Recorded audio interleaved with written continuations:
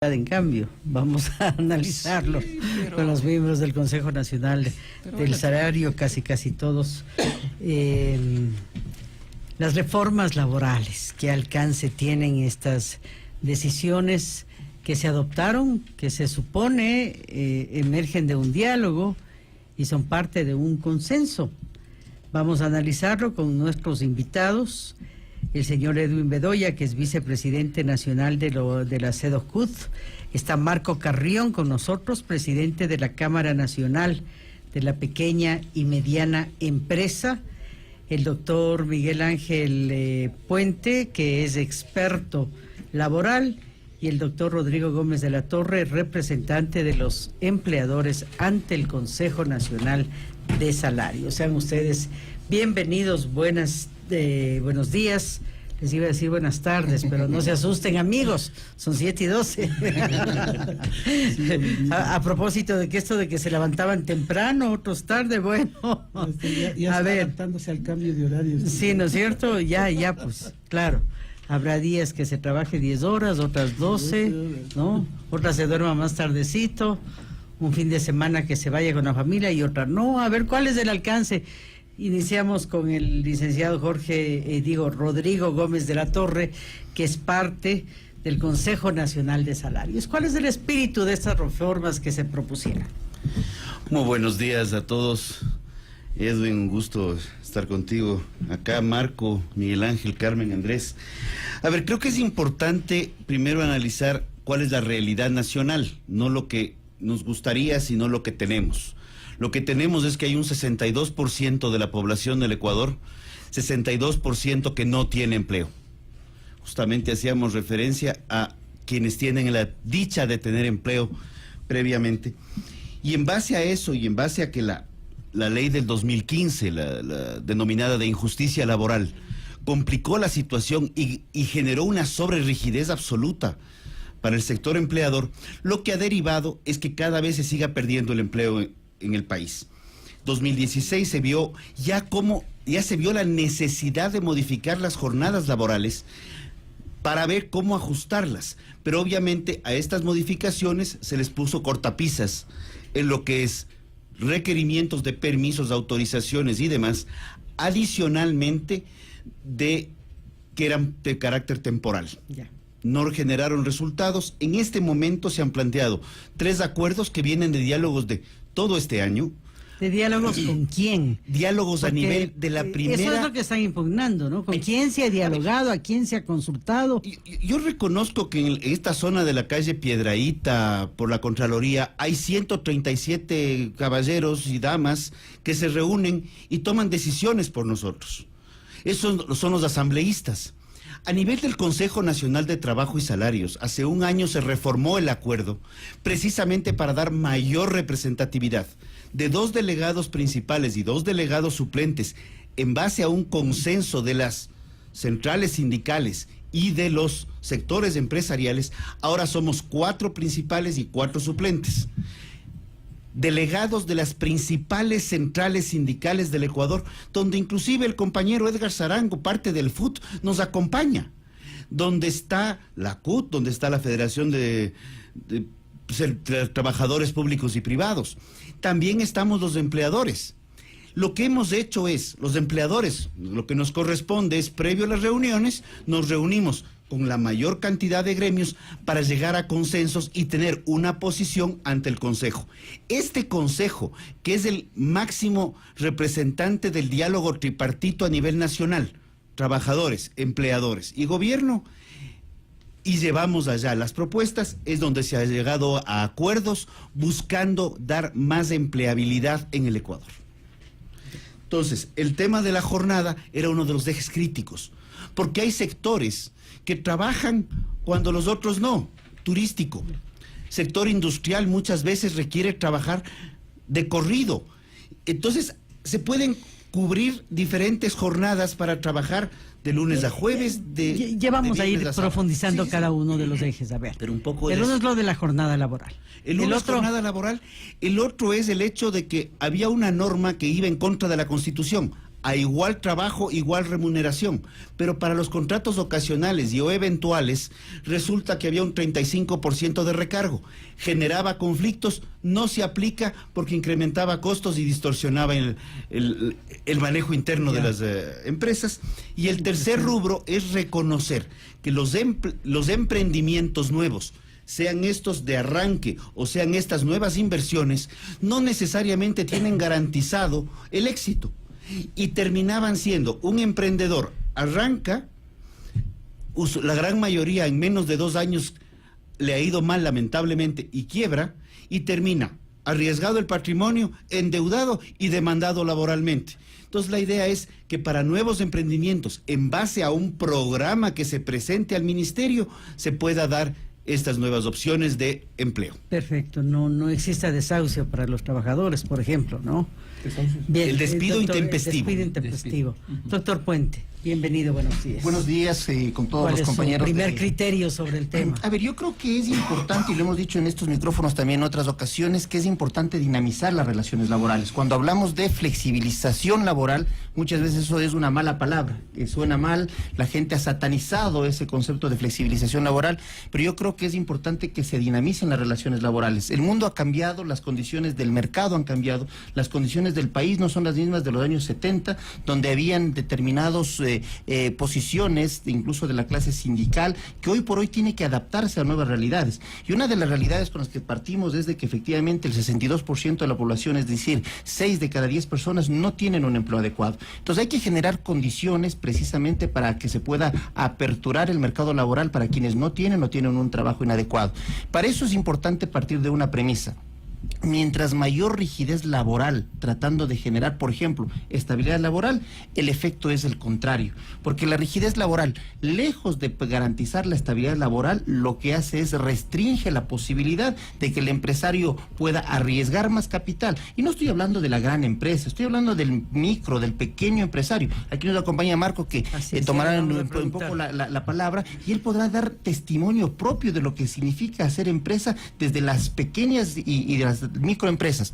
Entonces creo que es importante que la dinamización laboral se construya. Estos 3 acuerdos iniciales que ha tomado el Consejo de Trabajo y Empleo, donde es un órgano tripartito, como lo mencionaba Rodrigo, empleadores, trabajadores y el gobierno a través del Ministerio de Trabajo, es un buen paso, es un primer buen paso, porque determina temas que son necesarios, indispensables. Por ejemplo, la jornada laboral. La jornada de 40 horas, solamente comparemos en Colombia y en Perú, para no irnos muy lejos, la jornada máxima laboral semanal es de 48 horas semanales. En Ecuador es de 40. De ninguna manera estoy proponiendo, ni siquiera insinuando, que deba aumentarse la jornada. Porque si no, países de Europa han bajado más bien. Pero en este caso, nuestra jornada es de 40 horas semanales. Y tenemos que adecuar igual a la realidad de la región. Nuestra jornada es de 40. Entonces, ¿qué es lo que se está haciendo? Existen determinados sectores económicos, industrias, que tienen necesidades muy distintas de la necesidad, por ejemplo, industrial o de la necesidad de servicios. Por ejemplo, sectores como el florícola, el agricultor, distintos sectores tienen diferentes necesidades. Entonces lo que se está pretendiendo con este planteamiento, con esta reforma, es que esas 40 horas, que es la jornada máxima semanal, se distribuya de acuerdo a la necesidad y al acuerdo con el trabajador. Es decir, no es algo que se impone, no es algo que el día de mañana usted trabaja de lunes a viernes, del acuerdo, exactamente, del acuerdo con los trabajadores, y entonces lo que hacemos es distribuimos de tal manera que habrán determinados sectores que requieran un trabajo más intensivo diariamente y se pueda tener existe igual un límite diario de máximo 12 horas diarias, en cuyo caso la jornada semanal se agotará en 3.5 días aproximadamente. En cambio, habrá actividades en las cuales no se requiere un trabajo intensivo diario, sino más bien prolongado de manera semanal. Entonces, en ese caso, las 40 horas se podrán distribuir hasta en 6 días. Y esto de ninguna manera contraviene las disposiciones de la Organización Internacional del Trabajo. El convenio de la OIT, el convenio 106 de la OIT, establece como el tiempo de descanso mínimo requerido para la salud de los trabajadores de 24 horas continuas. Nuestro Código del Trabajo establece hasta el día de hoy un descanso mínimo de 48 horas consecutivas. Ese artículo será parte de las reformas, si es que pasa esto, que esperamos que así suceda, porque es necesario que, de ninguna manera, reitero, no es que queremos precarizar la relación laboral, no es que queremos llegar a un tema de explotación laboral, de ninguna manera, porque Pretender eso sería ser miopes, sería ir en contra de las necesidades del país. Regresar y del al mundo. pasado. Regresar al pasado. Y eso de ninguna manera. Yo comencé diciendo algo. El mundo ha cambiado y el mundo ha cambiado en muchos sentidos para bien y por lo tanto la legislación también tiene que acoplarse a esos cambios positivos para bien. Señor Carrión, a ver, muy buenos usted días. vive el día a día desde el sector pequeño y mediana empresa. Muchísimas gracias primero la invitación, un saludo a mis compañeros de esta mañana que de broma decíamos, nosotros nos levantamos desde muy temprano, los pequeños, los medianos y todos los que generamos empleo. Nos levantamos muy temprano para cumplir justamente el tema de generación de eso, de ese empleo con la gente nuestra, con los pequeños, los medianos, que también viven al día. A nosotros nos encantaría que nuestros empleados ganen muchísimo más dinero, pero para ganar muchísimo más dinero, primero hay que generar ese dinero. ¿Y cómo vamos a generar ese dinero? Es a través de nuestras unidades de trabajo. Hemos conversado bastante, inclusive, con nuestros mismos empleados, qué es lo que está sucediendo al interior del país, con desempleo que se pierde, empleo neto que se tenía, que se pasa a la informalidad. Entonces, creo que el mundo ya cambió, lo que decía Miguel Ángel Puente. En ese sentido, el mundo está tan globalizado ahora que, mira, la empresa la tenemos en un teléfono. Las normas, los procedimientos los tenemos en un teléfono. Los procesos productivos están en un teléfono. Inteligente, por supuesto, ¿no? Como para poder determinar ciertos procesos o enviar vía correo. Yo en la mañana revisaba unos datos, por ejemplo, y alrededor de 2.300 millones de correos electrónicos se están generando en una hora. Es decir, mientras nosotros estamos conversando aquí, hay muchísimo trabajo que se está generando a través de estos correos electrónicos, es decir, los mails que nosotros conocemos para dar órdenes, para hacer negocios, para cerrar negocios. Entonces hay una oportunidad muy grande para el sector de las pequeñas y medianas empresas que a través de esto se puedan consorciar y se pueda trabajar de manera conjunta. Es decir, lograr trabajo para pequeños y medianos empresas a través de estos mecanismos innovadores, por supuesto, pero ahí tiene que haber una ley que nos permita también trabajar en el tema de innovación, que es uno de los otros pilares que estaba puesto dentro de lo que se ha trabajado en el Consejo de Trabajo. Para nosotros es fundamental, y lo que dijo Miguel Ángel, no es precarizar al empleado, pero sí necesitamos trabajo continuo, procesos continuos. A veces decimos, mira, 8 horas de trabajo, ¿lo vamos a generar? Sí, posiblemente sí, pero el país tiene que cambiar, el país ya tiene que evolucionar en ese tipo de pensamientos, porque el mundo ya cambió. Nosotros también tenemos que cambiar, si no, nos vamos a seguir quedando. La precarización del trabajo para las pequeñas y medianas jamás, y todavía más aún en un sector que genera el 95% de trabajo, que son negocios familiares. Por ahí va el tema, es difícil a una misma familia, a un mismo primo, a un mismo hermano, a un mismo tío tener que despedirle porque no haya trabajo. Nosotros tenemos que ser mucho más creativos para seguir manteniendo esos puestos de trabajo. Y para mantener esos puestos de trabajo yo creo que estos mecanismos, el tema de la jornada laboral, tiene que ser flexibilizada. ¿No les gusta la palabra flexibilizada? Bueno, pues cambiamos la palabra. Pero tiene que ser innovada, porque hay procesos, lo que decía Rodrigo, no se pueden parar, porque si lo paramos mañana tenemos que volver a empezar, volver a generar nuevamente toda una serie de procesos o de mecanismos para volver a activar algo de producción. Entonces hay veces que no se puede parar. Y aquí hay un tema, si nosotros logramos extender un poco la jornada de trabajo, que no decimos que nos pasen más de las 40 horas de trabajo, pero si podemos extender un poco más, mira, los mismos empleados van a tener más días para a lo mejor emplearse en otro tipo de actividad, o para a lo mejor generar algún tipo de emprendimiento que le permita generar mayores ingresos para su familia. ¿Por qué no? El tema de la capacitación, alguien decía, mira, pero en Colombia, en Perú tienen más horas de trabajo, en Europa están disminuyendo la jornada laboral. Sí, justamente porque son, realidades diferentes. Europa tiene procesos mucho más organizados, tiene niveles de tecnología muchos más avanzados. Y si queremos llegar a eso, pues ojalá lo hagamos primero generando algo en el país como para avanzar. Es decir, si mañana yo puedo tener empleados que me trabajen las 40 horas en 3 días, créeme que tengo 2 días para generar más empleo y contrataré más personas, a lo mejor supliendo 2 días que tengo capacidad operativa de máquinas y de tecnología a lo mejor. Por eso, esto es importante, porque nos va a permitir a nosotros invertir también en tecnología Y no la tecnología por suplantar a los trabajadores, sino al contrario, por incrementar tecnología para capacitarles y elevarles el nivel de los trabajadores. A eso es a lo que nosotros deberíamos apuntar. Es decir, la capacitación colaborativa de lo que siempre se habla. En otros países hablan del... Mira, Japón es un ejemplo de eso, cómo empiezan a crear robótica, empiezan a crear robots como un tema colaborativo, sí, como un tema colaborativo. Debate además en el mundo, en el planeta, ¿no? Indudable, entonces todo eso... Nada más una cosa muy puntual. La capacidad instalada de nuestro sector productivo no es utilizada al 100%. Yo diría que mira, hemos bajado en los últimos años y justamente por estos temas. Es decir, no podemos seguir.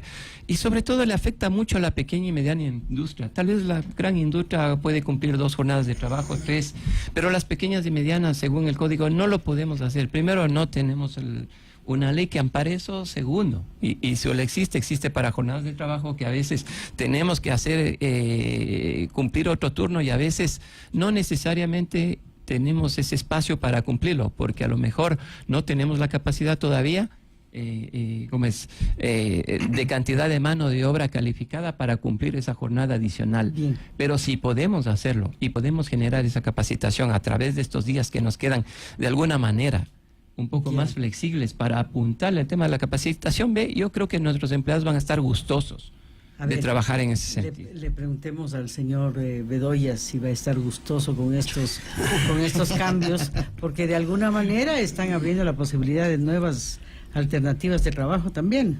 Bienvenido, buenos días. Muy amable, muchas gracias. Un saludo con los compañeros de panel. Yo quiero comenzar diciendo que las formas precarias de contratación no generan más empleo. Así es. Mentira. No porque ya se genere una ley, tampoco genera empleo. Tampoco, eso es falso. Nosotros ya tuvimos, con el trabajo por horas y la tercerización, acuérdense en la época de Lucio Gutiérrez, el incremento de la tercerización, trabajo por horas, y tuvimos el 10% del desempleo de una PEA de 5 millones más o menos que estábamos en ese momento.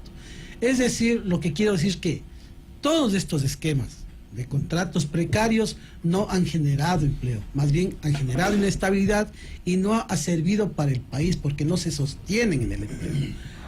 Coincido que la división del mundo del trabajo ha cambiado, las modalidades de trabajo han cambiado, pero aquí en el Ecuador no avanzamos ni siquiera, como dicen ahora, la revolución punto 5.0. Nosotros ni siquiera avanzamos al 1.2, no salimos del 1. ¿Por qué? Porque tampoco la innovación tecnológica se ha dado, todavía seguimos siendo un país primario. Entonces, tampoco las élites empresariales han invertido para poder agregar valor a los productos primarios. Así es. Más ha habido capacidad en la pequeña y mediana industria que no ha tenido apoyo. Ahí es el problema. Porque es la pequeña y la mediana industria, coincido, que es la que genera más empleo que las élites empresariales. Veamos cuánto han ganado las élites empresariales con estas leyes. Han sido solo ellos los ganadores. La banca lo están diciendo, las utilidades que se han generado en el último año, que dicen que hemos estado en crisis, han sido las élites las que están ganando, no la pequeña y la mediana industria. Y ahí sí coincido que los procesos de innovación, no ha habido apoyo para procesos de innovación. Cerraron ATU, cerraron Pintex, cerraron Textiles Ecuador, empresas donde ya dictada la ley de fomento productivo 1, el gobierno no hizo nada para poder sostener esos empleos y para poder llegar a acuerdos con estas empresas para que no despidan y no cierren las empresas. Entonces, esta ley de fomento productivo 2 y las leyes que se están generando ahora no van a generar empleo. Eso lo vaticinamos. 2, a mí me parece que se ha generado un coro en torno a una propuesta que está atada de las grandes élites empresariales de las cámaras a decir que la catástrofe es que si no me dan esta flexibilización laboral no hay ganancias. O sea, se genera una especie de chantaje. O sea, no me reforman la ley, no flexibilizan el trabajo, no hay ganancias. Ese es un chantaje. Bueno, si hablamos de flexibilización, flexibilicemos el capital. Digámosle a la banca que baje para procesos de inversión al 5, al 6% como existen en otros países. No hablemos solo de flexibilización laboral, pues. Hablemos también de que se flexibilice el capital, diciéndole a la banca que baje los intereses. Un capital de emprendimiento no se sostiene en más de 5 años, eso está probado, eso hay estudios, que un capital de emprendimiento no se sostiene más de 5 años, pero no es por la flexibilización laboral, no es por los contratos, por la rigidez laboral, es porque no encuentran nichos de mercado, porque ya está monopolizado por las familias que tienen, una familia maneja 30 empresas. 30 micro, pequeñas y medianas empresas. Entonces, ¿dónde quedan los nuevos emprendimientos? No hay nichos de mercado donde incrustarse porque no hay esa garantía en donde los pequeños y los medianos productores o los emprendimientos se puedan generar. Entonces, esas son cosas que también se deben discutir. No es un tema de flexibilización y rigidez laboral. Eso es lo que me quiero referir. Ahora bien, se menciona entonces, Rodrigo Gómez de la Torre, que los empresarios, algunos, tal vez muchos, no sé, no están interesados mucho en invertir, más bien en mantener las cosas tal como están y finalmente lograr beneficios extraordinarios, como se menciona, porque la banca no hace por ejemplo, su esfuerzo para bajar el tema de intereses, es decir, no se ponen, no arriman el hombro y siempre están reclamando para beneficio propio. Eso es un poco la lectura que tengo de lo que se ha dicho. A ver, creo que vamos a tener que romper un mito. Cuando uno es padre y tiene hijos, lo que uno busca es que los hijos crezcan y que los hijos se liberen de la tutela de los padres. Pues el Ecuador vive en un país de proteccionismo y paternalismo desmedido a mi criterio, y eso sí lo digo a título personal. El país sí está en un proceso de apertura. Este proceso de apertura, en general, acuerdo comercial con Europa, acuerdo Mercosur, gobierno pasado, estamos hablando del acuerdo con Estados Unidos, Alianza del Pacífico, van a generar dinámicas de competencia y que van a generar también un cambio de mentalidad y que queremos estar preparados para hacerlo. El tema de la reducción de tasas de interés también conlleva revisión de algunas leyes y decisiones que preside esta junta monetaria financiera. Ahí se decide esto y esto está en manos del ministro de Finanzas. El tema de la flexibilización laboral, y podemos tratarle con ese término, la problemática de sobre tramitología, que en el Ecuador parece que estamos tratando de llegar al primer puesto en tramitología a nivel mundial, y el tema tributario, son temas que se vienen analizando. Lo que estamos tratando el día de hoy es la situación de cómo destrabar el tema laboral. Esto no pero está... esto es un solo eje. Este como no dice está... el señor Bedoya, exacto. Si integralmente no se dan los cambios, vamos a seguir marchando en el mismo terreno. A eso vamos, y hemos escuchado que estamos en un proceso de cambio. Se habla de una reforma tributaria que debería ingresar este mismo año a la Asamblea. Leyes que destraben la tramitología. Por eso justamente en esta ley ya no hablamos de que para hacer esto hay que hacer la autorización, el decreto, el acuerdo, el oficio circular, sino que sea un registro en el ministerio y a través de las tecnologías de la información actuales se puede generar un mejor control para evitar precarizaciones y evitar cambios abruptos. Es importante entender la dinámica global y creo que sí hay un diálogo abierto en este momento pensando en cómo reducir tasas de interés, definitivamente. Qué bueno sería que la banca privada internacional venga al Ecuador. Y hemos discutido estos temas con la Asociación de Bancos y dicen que vengan. El problema es que ¿por qué la banca privada no viene? No es porque el Ecuador no sea del todo atractivo como sector de posicionamiento de crédito, sino es porque tiene unas leyes sobrerígidas también para la banca. ¿Por qué tenemos problemas tributarios? Porque tenemos un menú de impuestos que tiene más granos que la misma Fanesca, que ya acabó, y ya creo que deberíamos ir depurando impuestos y hablar de una simplicidad y simplificación tributaria. Son trabas que venimos arrastrándolas y no son de ahora. Esto mismo que venimos hablándolo 8 años. Entonces vamos destrabando de a poco. Esto de aquí en materia laboral es uno de los temas que estamos tratando. Hay 3 acuerdos. De las propuestas del sector trabajador, tenemos alrededor de 15 hojas. O sea, ya en un menú de temas. En estos puntos tuvimos acuerdo. Hubo que pulir los acuerdos. Marco me entenderá bien, a veces cuando hacemos el corte en los metales no necesariamente encajan a la primera, pero se va limando y se van subsanando las asperezas. Y vamos construyendo. Aquí hay que pensar que es un país de 16 millones de ecuatorianos en donde 5 de la población económicamente activa no tienen empleo. De esos hay 12 que están en edad de trabajar y solo 3 tienen empleo. Bien, doctor Puente, se menciona o se queja, hay algunas quejas en el sentido de la poca independencia económica de nuestro país. Se dice que todo lo que estamos hablando en este momento finalmente es influencia directa del Fondo Monetario, es decir, incluso el trabajo en la Asamblea a propósito de reformar cierta normativa para ir en la línea del plan o el acuerdo que ha llegado el fondo con el país. ¿Es tanto así? No creo, yo creo que es definitivamente una necesidad el cambio normativo, la modernización, la dinamización en materia normativa laboral. Coincido con Edwin en que no solamente es el tema laboral el que tiene que tratarse, pero este es el tema que en este momento nos convoca.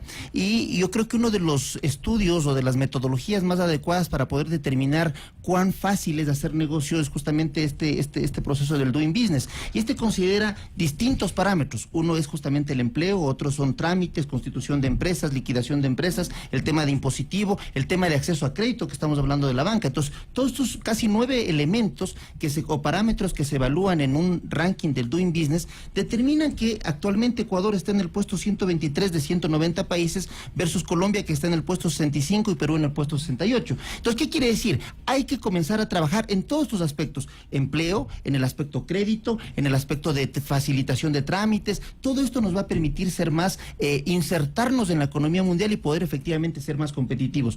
De ninguna manera yo soy de las personas que pienso que la optimización o la competitividad para las exportaciones nace por restringir los accesos laborales o por disminuir los beneficios laborales. De ninguna manera. Los beneficios de los trabajadores son irrenunciables. No estamos hablando de retroceder en los beneficios de carácter laboral, pero sí necesitamos efectivamente una optimización. Y yo creo también que coincido que la ley, la reforma laboral no va a generar empleo, pero lo que va a generar empleo, la mayor garantía de estabilidad de un empleo no es una indemnización por despido intempestivo. La mayor estabilidad de empleo es una economía fuerte, y una economía fuerte se construye con menos rigidez laboral. Una economía fuerte se construye con una mayor apertura al mercado, con acceso precisamente a crédito, con todo lo que hemos hablado. Y yo creo que es importante mencionar que muchas veces este gran político Winston Churchill, al cual muchas veces nos referimos, tiene una frase muy clara que creo que sintetiza lo que estamos hablando. Y decía que algunos ven a las empresas privadas como un depredador